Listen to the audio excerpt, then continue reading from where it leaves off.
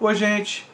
Hoje eu vou conversar com vocês sobre a pesquisa do Ibope, que saiu mais recente, e também vou fazer comentários sobre o esfaqueamento aí do Bolsonaro e vou detalhar a pesquisa, ou seja, todos os aspectos da pesquisa eu vou tentar aqui comentar com vocês, entrar nesse diálogo com vocês. Se vocês chegaram agora, o canal é a Nova Máquina do Tempo, eu sou André Teixeira Jacobina, aqui a gente conversa principalmente sobre política, mas também ciência e filosofia. Eu tenho uma sessão de filosofia popular que toda sexta-feira eu discuto filmes e séries, e na sessão diálogos eu entrevisto, converso com grandes especialistas de diferentes áreas. Eu não quero falar muito sobre o esfaqueamento do Bolsonaro, porque, primeiro que eu não tenho muitos detalhes, eu não sei exatamente quem fez isso, por que fez. A única coisa que eu tenho a dizer é que eu sou totalmente contrário à violência, não só no ambiente político, mas em qualquer outro espaço. Para mim, a violência é algo que nós não devemos praticar, só em último caso, em legítima defesa, ou tentando evitar um genocídio. Ou seja, as circunstâncias em que violência é algo legítimo são, para mim, muito, muito poucas, e são normalmente no sentido de defesa de um bem maior.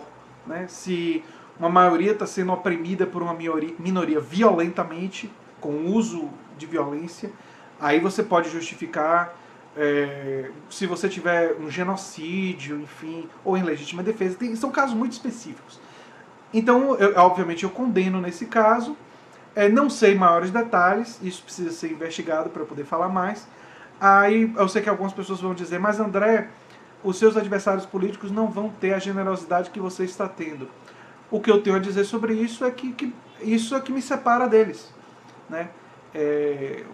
Se algum, não todos os meus adversários, obviamente, não todas as pessoas que pensam diferente, eu espero que a maioria concorde comigo, mas aqueles que discordam de mim e acham que a violência é algo legítimo para com os adversários, eu simplesmente digo que isso me separa deles, que essa compaixão que eu tenho, mesmo pelos que pensam diferente de mim, é reflexo da minha defesa da democracia, de forma absolutamente radical.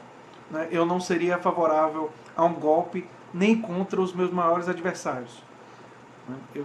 Mas enfim, isso daí é o meu jeito de pensar. Vamos então à pesquisa. A pesquisa de Ibope, essa mais recente, tem vários números interessantes, e vamos a ela. Intenção de voto. O candidato do PSL, Bolsonaro, fica com 22%, mostra uma certa consolidação dele na liderança, mas uma liderança no primeiro turno não muito grande em comparação com os outros, mas vocês vão ver que os votos estão muito pulverizados, entre os outros candidatos. Então ele está consolidando esse voto no primeiro turno, porque ele está oscilando entre 17% e 24% a 25%. Então, em quase todas as pesquisas, isso sinaliza uma cristalização desses votos aí. A novidade aparece já que não temos mais Lula, por causa da decisão do TSE, aparece no segundo lugar. Ciro Gomes e Marina Silva da Rede, Ciro Gomes do PDT, empatam em 12%. Ciro Gomes sobe 3%. Eu acho que isso tem muito a ver ao fato de que Ciro Gomes teve um programa, um aspecto do programa dele que se popularizou, que é o programa Nome Limpo e a defesa de que o governo dele buscaria estratégias para reduzir o número de pessoas com nome sujo no SPC. Eu acho que isso daí, somado à participação dele no Jornal Nacional, que foi uma participação que teve alguns elementos complicados, mas no geral eu acho que ele saiu bem, defendeu bem a Cátia Abreu, defendeu bem a questão do nome limpo, então eu acho que ele só escorregou mesmo na forma como ele defendeu o Lupe, que ele poderia ter feito de uma forma melhor. Então ele acabou saindo bem nisso aí, e aí ele acaba subindo e empatando com a Marina. E a Marina, as pesquisas têm sinalizado que o voto dela não é tão firme. É o eleitor que mais facilmente talvez pode mudar de voto na hora da eleição. Então pode acontecer um voto útil da Marina no Ciro, se o Ciro e o PT começarem a polarizar uma possibilidade de segundo turno. Vamos aguardar. Alckmin aparece do PSDB em um 9%, ele também cresceu. Por que Alckmin cresceu? Tempo de televisão. A força da televisão fez com que Alckmin ganhasse alguns pontos percentuais. Será que ele vai continuar ganhando? Não sabemos. Ele não cresceu tanto assim. Ele saiu ali dos 6 para os 9. Assim como o Ciro saiu dos 9 para os 12. É um crescimento importante, mas quase que ainda na margem de erro e tal. Mas é um crescimento. Fernando Haddad aparece só com 6%. Considerando que o PT e Lula tinham nas outras simulações entre 37% e 40%, 6% é muito pouco para Haddad, mostra que a campanha do PT ainda não foi capaz de colar Haddad como o candidato de fato. Eles estão colando a imagem de Haddad com Lula inicialmente, mas em algum momento o PT vai ter que botar que Haddad é o candidato à presidência e Manuela Dávila é a candidata a vice. Isso é muito importante, estabelecer candidato a presidente, candidato a vice. Ele é o candidato, Lula é apoiador. Haddad é o candidato de Lula, não é Lula candidato. Quando o PT fizer isso e a campanha de televisão rolar, eu acredito que Haddad vai subir. Agora, quanto? Eu não sei. Se ele vai subir só para 10% ou vai subir mais, não sei. E me parece que o antipetismo é um sentimento muito forte no Brasil. E nós vamos ver a evidência disso nessa pesquisa também. O que significa que o quanto Haddad vai subir é uma interrogação. Ele deve subir, acho 6% pouco, mas pode ser que suba só até 9%, o que colocaria ele quase fora da disputa pelo segundo turno. Se ele ficar na hora da eleição com 8%, 9%, pode não ser suficiente. Se ele subir para 12%, aí ele já entra forte na disputa. Vamos aguardar. O Álvaro Dias do Podemos aparece com 3%, que é importante para ele, porque ele provavelmente quer negociar esses 3% num segundo turno com o candidato do setor conservador, seja ele Bolsonaro ou Alckmin. Então, é importante para Álvaro Dias esses 3% aí, porque aí ganharia algum ministério, alguma coisa assim. O João Amoedo do Novo atinge 3%, muito decorrente a importante participação de João Amoedo nas mídias sociais, no Facebook, no YouTube, no WhatsApp, e porque o João Amoedo, principalmente no YouTube, ele tem ido para todo quanto é tipo de convite e apresentado muito do Novo, especialmente em questões como ser contra o horário eleitoral, ser contra privilégios dos políticos, e dando exemplo com os próprios deputados do Novo. Então, as coisas que eu, por exemplo, tenho um problema com o Novo, que é financiamento de campanha, eles defenderem o financiamento de empresas, com limites, mas ainda assim eles defendem o financiamento de empresas, de campanha, e outras políticas do Novo que talvez fossem mais difíceis de engolir para setores do nosso... Eles não estão colocando essas como carro-chefe. Então isso está funcionando, e ele chegou ao 3%, que para um partido criado há tão pouco tempo é um número bastante relevante, não é? O Henrique Meirelles chega a 2%, ele pontuava 1% inicialmente da maioria das pesquisas, não em todas. Ele chegar em 2% já é um reflexo também da televisão, da campanha do Chama Meirelles, que eu tenho que... a competência técnica dele ele tem, mas enfim, essa estratégia de campanha eu achei extremamente curiosa e que esconde um pouco da ideologia, né? Uma coisa meio que tentando fazer o não político e tal, porque ele... É a primeira vez que ele é candidato à presidência, uma estratégia que o MDB, que é um partido muito desacreditado no momento, realiza, né? Você vê que os dois partidos mais desacreditados, o MDB tem o Meirelles, que é uma não candidatura, e o DEM não tem candidato, apoiou o Alckmin. Né? O Guilherme Boulos chega a pontuar 1%, coisa que ele não vinha pontuando nas pesquisas anteriores, e é importante para o Boulos, como eu já disse em outros vídeos, o Boulos, a Sônia Guajajara, essa candidatura é para o PSOL ter relação com os movimentos sociais, ter base nos movimentos sociais. Mas, infelizmente, eu não acredito que ele vai ter pontuar muito forte na corrida presidencial, porque nessa eleição o voto útil tende a ser muito grande. Se tivesse um candidato do campo progressista quase garantido no segundo turno, muitos mais progressistas poderiam votar no Boulos dizendo, olha, já tem pelo menos uma opção minha para o segundo turno. Então vou votar em quem eu acredito mais, nas ideias, na ideologia e tal. Nessa eleição, que o cenário está muito indefinido, o voto útil deve predominar e isso vai prejudicar o Guilherme Boulos, que teria um voto mais ideológico, de esquerda.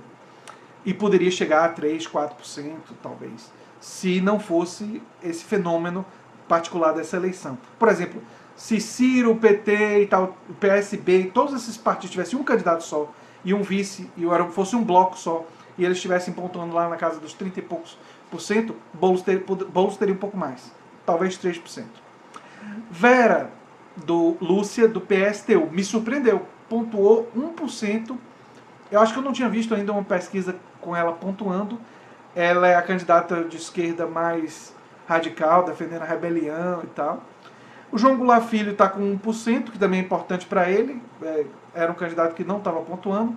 O Cabo Daciolo, que em outras pesquisas pontuou até 2%, se eu não me engano, agora está em 0%, em Mael 0%, brancos e nulos houve uma redução, 21%, não sabe, não respondeu, os indecisos 7%, ou seja, os indecisos houve uma redução bastante significativa e os seus votos se distribuíram pelos candidatos, não é? Agora vamos para as simulações de segundo turno, que é muito importante. Ciro aparece com 44% e Bolsonaro com 33%, 11 pontos percentuais, é muita coisa. Né? Branco e nulo 19, não sabe, não respondeu 4. Ou seja, pouca gente no não sabe, não respondeu. Né? Você vê, caiu ainda mais, de 7 para 4, e esses votos vão muito para o Ciro Gomes. Que significa que Ciro aparece como o favorito num cenário de segundo turno contra Bolsonaro. É o candidato mais forte para ganhar de Bolsonaro, pelo menos por essa pesquisa. Alckmin aparece com 41 a 32. Eu acho que Alckmin parece bem, porque tem muitos progressistas que pensam qualquer coisa menos Bolsonaro. E aí votam em Alckmin, mesmo tendo divergências, o que eleva o patamar do Alckmin. Mas nós vemos aí um aumento do branco e do nulo. Então tem um setor progressista que sai de 19% para 23%, tem um setor progressista que, entre Alckmin e Bolsonaro, que se lixe, qualquer um, eu não quero. Não respondeu o indeciso, continua igual, mas aumenta branco e nulo. Ou seja, tem um pessoal progressista que vota em Alckmin, tem um pessoal... quase não tem quem vote desse bloco aí em Bolsonaro. Né? Bolsonaro até diminui em relação a Ciro. Quando é Ciro e Bolsonaro está com 33, ele oscila para 32 contra Alckmin. Embora Alckmin oscila mais para baixo ainda. Bolsonaro e Marina ganha com 10 pontos percentuais, ela é a segunda candidata mais forte contra Bolsonaro, né? Nós temos aí uma redução do branco e do nulo um pouco, e também uma redução do não sabe, não respondeu, indecisos. E Haddad é o pior de todos contra Bolsonaro, ele aparece um ponto atrás de Bolsonaro, é o antipetismo que eu tinha me referido já em outros vídeos, né? Já tinha falado sobre isso. Ele aparece com 36% e Bolsonaro aparece com 37%. Ou seja, a grande chance de Bolsonaro se eleger é Haddad e a grande chance de Haddad se eleger é Bolsonaro. Porque Haddad também perde em simulações de segundo turno, segundo outras pesquisas, para os outros candidatos. Eu não vi ainda Haddad e Alckmin, né, e essa pesquisa não tem. Mas, pelo menos onde eu pesquisei ela, não encontrei. Mas, contra Bolsonaro, o fato é que Haddad tem a pior performance, o que é previsível, e eu já tinha alertado que o antipetismo colocava a situação muito complicada e que, diante disso, uma estratégia mais inteligente, embora difícil para o PT assumir, seria o PT aceitar não ter um candidato na frente da chapa, aceitar ter um candidato de vice e decidir por uma aliança de centro-esquerda com PDT, com PSB, com PCdoB, com o PSOL, tentar agregar as esquerdas e, enfim, seria uma estratégia mais adequada para o PT, assumir um papel mais de coadjuvante, depois de ter governado o país por tanto tempo. E essa pesquisa fortalece essa tese, mas, enfim, não parece que é isso que o PT, não é isso que o PT vai fazer e coloca em risco. Se Haddad for para o segundo turno, tem chance dele perder. A rejeição, aí o Bolsonaro sobe muito a rejeição, ele estava com 34%, 33%, a rejeição dele subiu para 44%. A que eu atribuo isso? Eu tenho visto várias campanhas, eu tenho contribuído, vocês sabem disso, mas eu tenho visto várias campanhas no YouTube, no Facebook, lembrando de todas as coisas do passado do Bolsonaro, contra as mulheres e tal. E tem alguns inscritos meus que dizem que isso não teria impacto. Eu repito o que eu digo. Não tem impacto sobre aqueles 22% que estão dizendo que vão votar em Bolsonaro. Sobre aqueles 22%, você mostrar que ele falou que gay deve levar um couro e aí muda o comportamento, como eu mostrei naquele vídeo, tem impacto nenhum para aqueles 22%. Mas para indecisos, para outras pessoas, você mostrar o machismo, a homofobia e tal, tem um impacto. Os indecisos, parte dos indecisos reagem mal a isso daí. E aí existe toda uma campanha no YouTube vindo de vários canais, canais veganos, canais de proteção dos direitos dos animais, canais cristãos, pastores aparecendo, falando contra o Bolsonaro, dizendo que não é uma mensagem cristã. Então tem muita gente aparecendo e batendo e lembrando tudo que ele falou no passado. E aí a rejeição dele entre os indecisos aumentou. E aumentou por causa dessa campanha em grande medida. Né? E aumentou por declarações dele recentes, dizendo que vai metralhar, petralhada. Talvez não essa declaração, mas declarações recentes dele mostrando que ele não mudou tanto assim. E as pessoas não poderiam dizer, é uma coisa que está lá no passado e tal. A coisa dos arrobas foi ano passado, não foi há 10 anos atrás, né? Dos 7 arrobas. Aí tem gente que diz, não, mas ele é piadista e tal. Isso não está colando. Tem muita gente que esse tipo de justificativa não está funcionando. E aí eles estão. A rejeição do Bolsonaro disparou. E essa é uma boa notícia para os progressistas. A rejeição da Marina tem 26%, é uma rejeição relativamente alta. Aí algumas pessoas podem dizer, poxa, mas o Haddad só tem 23%. Rejeição tem a ver com você ser conhecido e estar em evidência. Haddad está com essa rejeição de 23% em parte porque ele não é tão conhecido do público brasileiro. Quando ele ficar mais conhecido, e mais claro que ele é o candidato, ele vai subir nas pesquisas. Porque parte do eleitorado do PT vai migrar para ele, que talvez esteja espalhado aí em outros candidatos. Não sei se é 3% ou 4%, enfim, não sei quanto é isso aí. Mas, quando ele fica mais conhecido e mais ligado à imagem do PT, aí o antipetismo vai vir e aí a rejeição de Haddad vai subir. E a simulação de segundo turno mostra isso. Né? A rejeição de Alckmin é 22% e uma boa notícia para os apoiadores de Ciro. Ciro tem 20% de rejeição. Entre os mais conhecidos, o pessoal do bloco da frente, é quem tem a melhor taxa de rejeição, ou seja, a taxa mais baixa de rejeição. A taxa baixa de rejeição, por exemplo, do Meirelles. Meirelles não é muito conhecido pelo grande público. Aí você pode dizer, mas ele foi ministro 2 vezes, é um cara super conhecido no meio político e tal. Gente, a gente tem que se lembrar que nós acompanhamos muito política, mas o público médio não acompanha tanto política. Então o pessoal não sabe muito bem quem é o Meirelles. Repito, se o Meirelles tivesse chance de chegar ao segundo turno e fosse cada vez mais conhecido e associado ao super impopular governo Temer, a rejeição dele ia aumentar bastante. Mas enquanto ele ficar pouco conhecido, ele vai ficar por ali nos 14% e tal. Cabo Daciolo tem rejeição baixa 14%, a mesma coisa, por não ser tão conhecido assim, as pessoas não darem nem tanta importância, não é nem só ser conhecido. É quando a pessoa tem uma percepção que o candidato não tem chance, né, isso daí também reduz a sua rejeição. Imael 14%, Álvaro Dias 13%, Boulos 13%. Vocês acham mesmo que a rejeição de Boulos, que é uma pessoa que defende o direito ao aborto e tal, é tão baixa em números reais? Se Boulos tivesse chance de chegar à presidência? Claro que não. A rejeição dele seria muito maior. Mas ele não é tão conhecido, as pessoas não dão tanta importância para ele e ele fica com... mesma coisa a Vera Lúcia. Quer dizer, quem conhece as propostas da Vera Lúcia, que são bem radicais, se ela tivesse chance, a rejeição dela ia naturalmente aumentar muito. Iomoedo 12%, mesma coisa.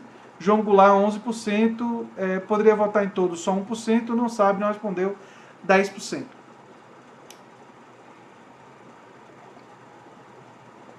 Então, a rejeição tem muito a ver com você estar em evidência.